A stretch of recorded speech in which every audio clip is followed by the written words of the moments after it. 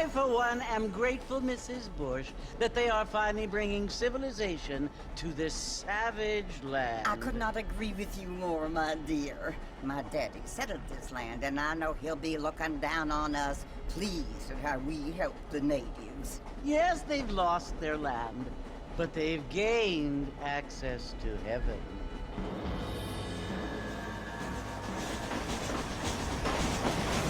But Father, do you mean unless an innocent receives communion, they're destined to go to hell? It hardly seems fair. What I mean to say, Jenny, is that there is a great deal of difference between an innocent and a savage. I never thought of it that way. Yes, they lived like animals, but they're happier now.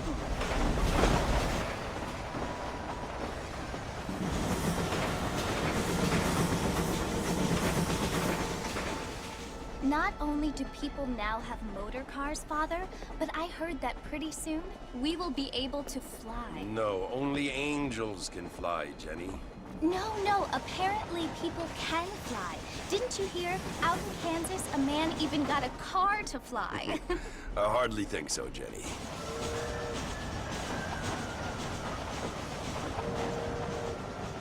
Apparently, Mr. Johns wants to run for governor, which is why he's so concerned with cleaning up the state. Nate Johns. Yes. His family is nothing but hillbilly trash that came here after the war. I don't want to be judgmental, but this state should not be ruled by such a disgusting family. A family without class. Apparently. The Johns family have made a lot of money, and he has a lot of friends in politics. Mrs. Bush, money isn't everything. There are many things that money cannot buy. It seems that money can buy voters, though.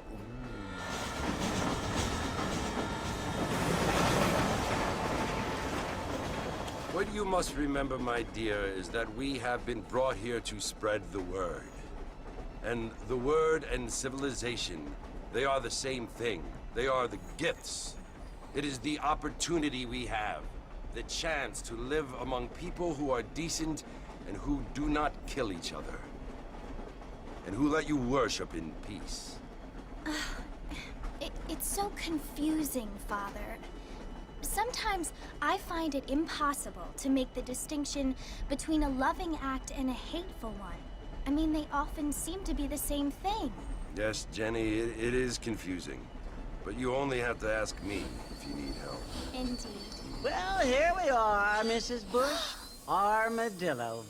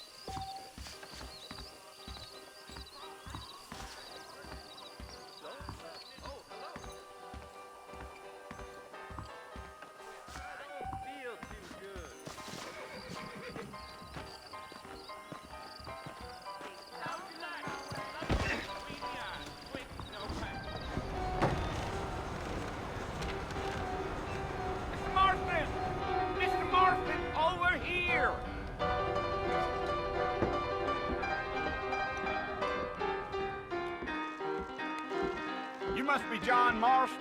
Sometimes. I'm Jake. Your friends from Blackwater hired me to guide you. They ain't my friends, but pleased to meet you, Jake. I got the horses saddled up and ready out front.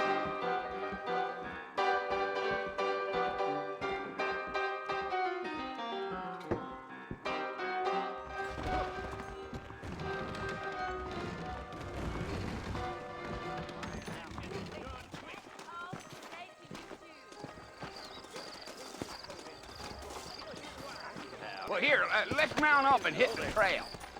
Is that right?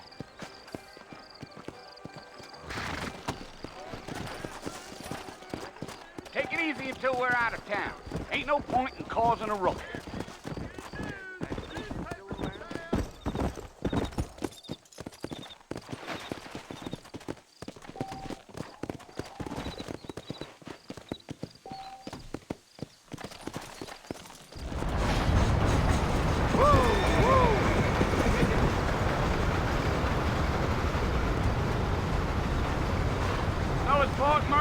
want to visit?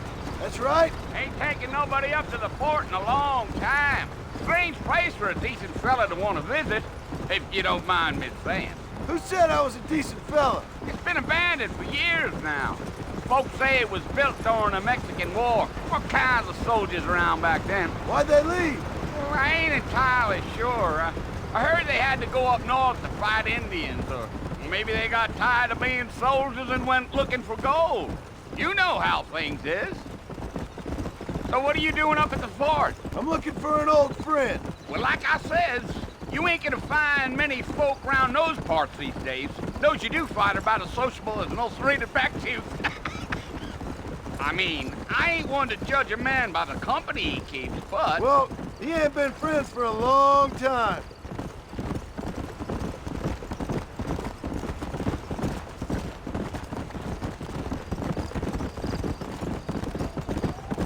Are you planning on spending any time in Armadillo, Mr. Marston? I doubt it. I ain't planning on staying very long. Well, if you're fixing for some female company, you can do a lot worse than Armadillo. Fine as cream gravy they are. Not like Thieves Landing. Dang, those girls ain't even fit for a drinking man to hole up with. I'm a married man, I'm afraid. Ain't we all?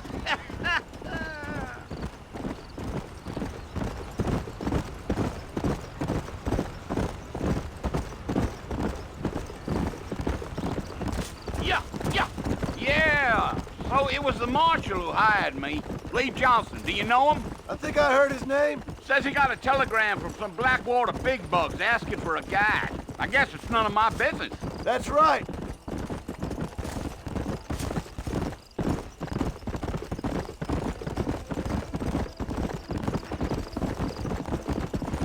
You ain't very talkative, are you? Nope. I'm just chewing the dog, mister. It's how I am. I don't mean nothing by it. Trust me. There's things you better off not knowing.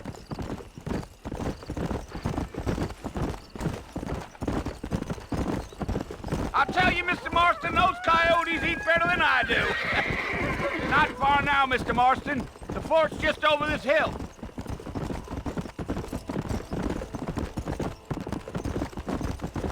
Gee up. Come on, easy up now. Listen, mister. This here's what's left of Fort Mercer. Some gang rode in and took the place over. So I understand. This is where we part ways, friend. You have yourself a good time.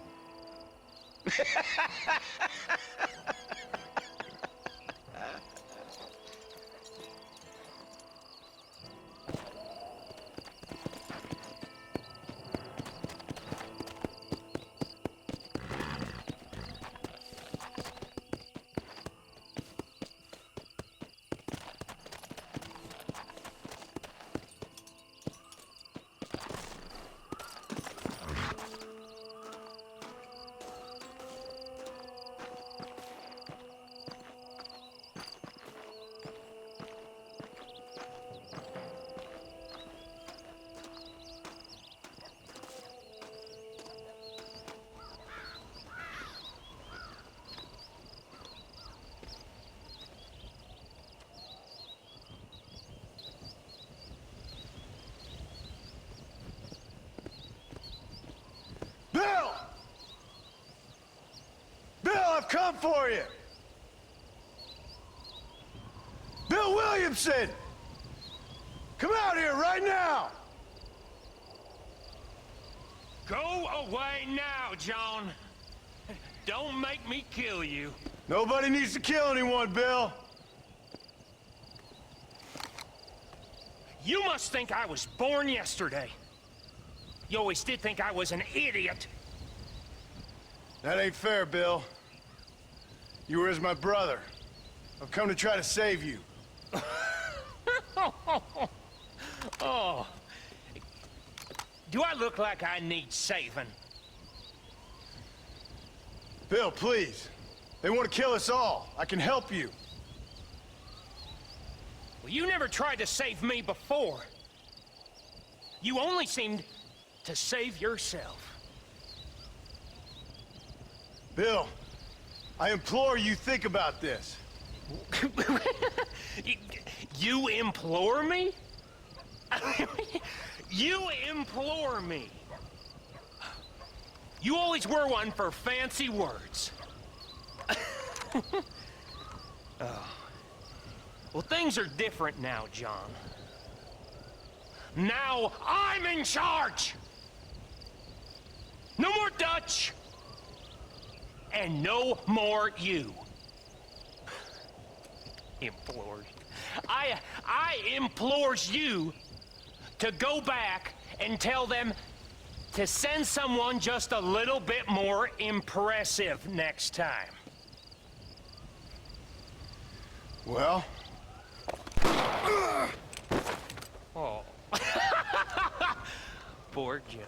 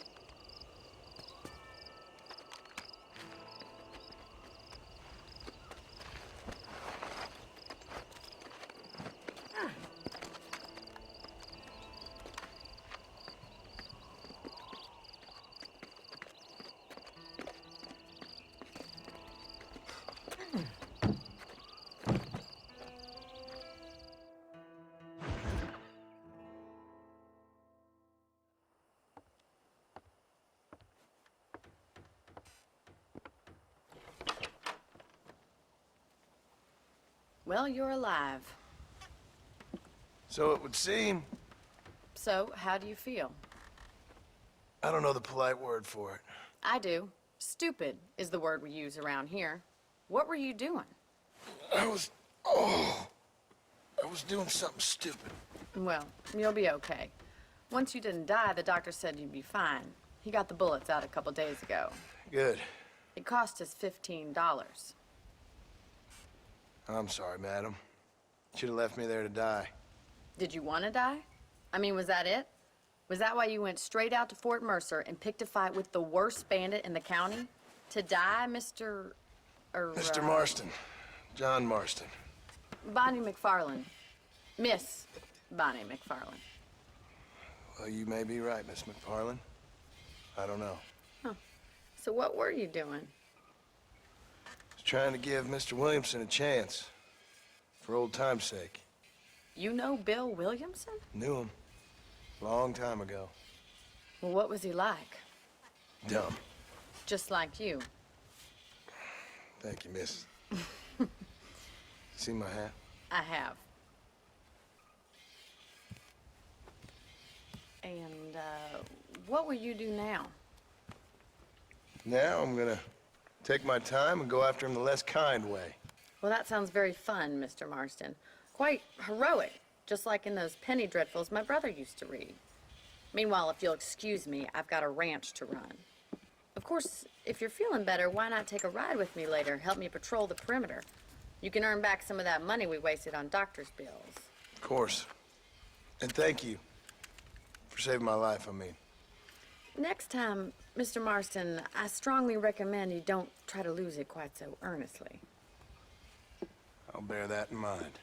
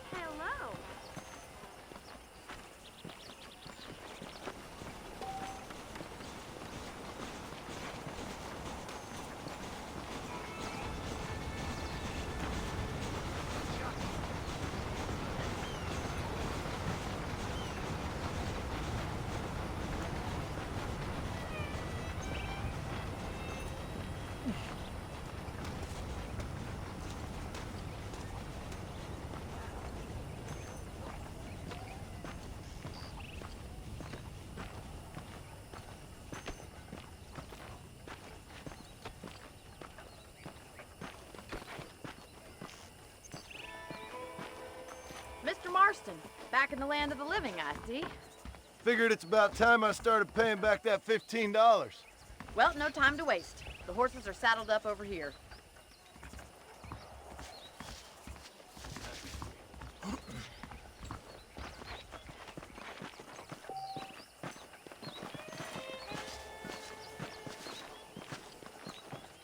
There's the foreman's office.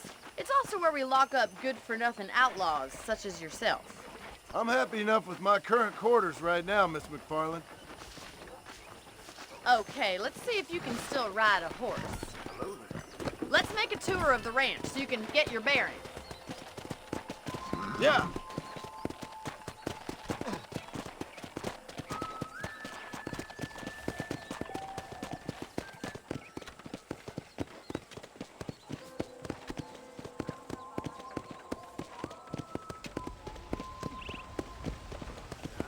To your right is the general store. You won't find Parisian high fashion, but it's good for the essentials.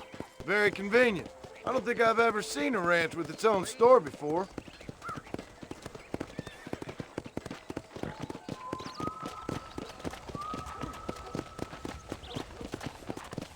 And here's the corral. This one's for the horses. What do you think?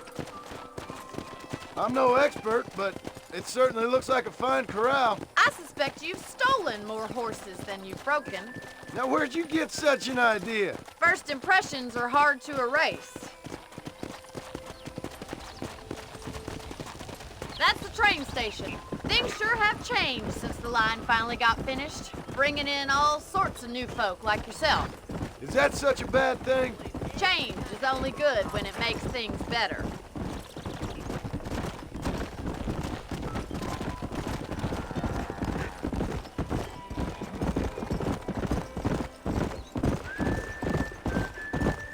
That's the barn over there. Paul built it himself when I was just a little girl.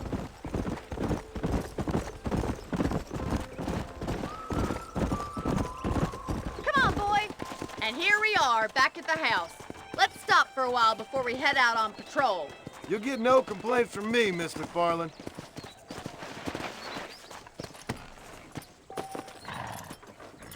Well, are we going inside?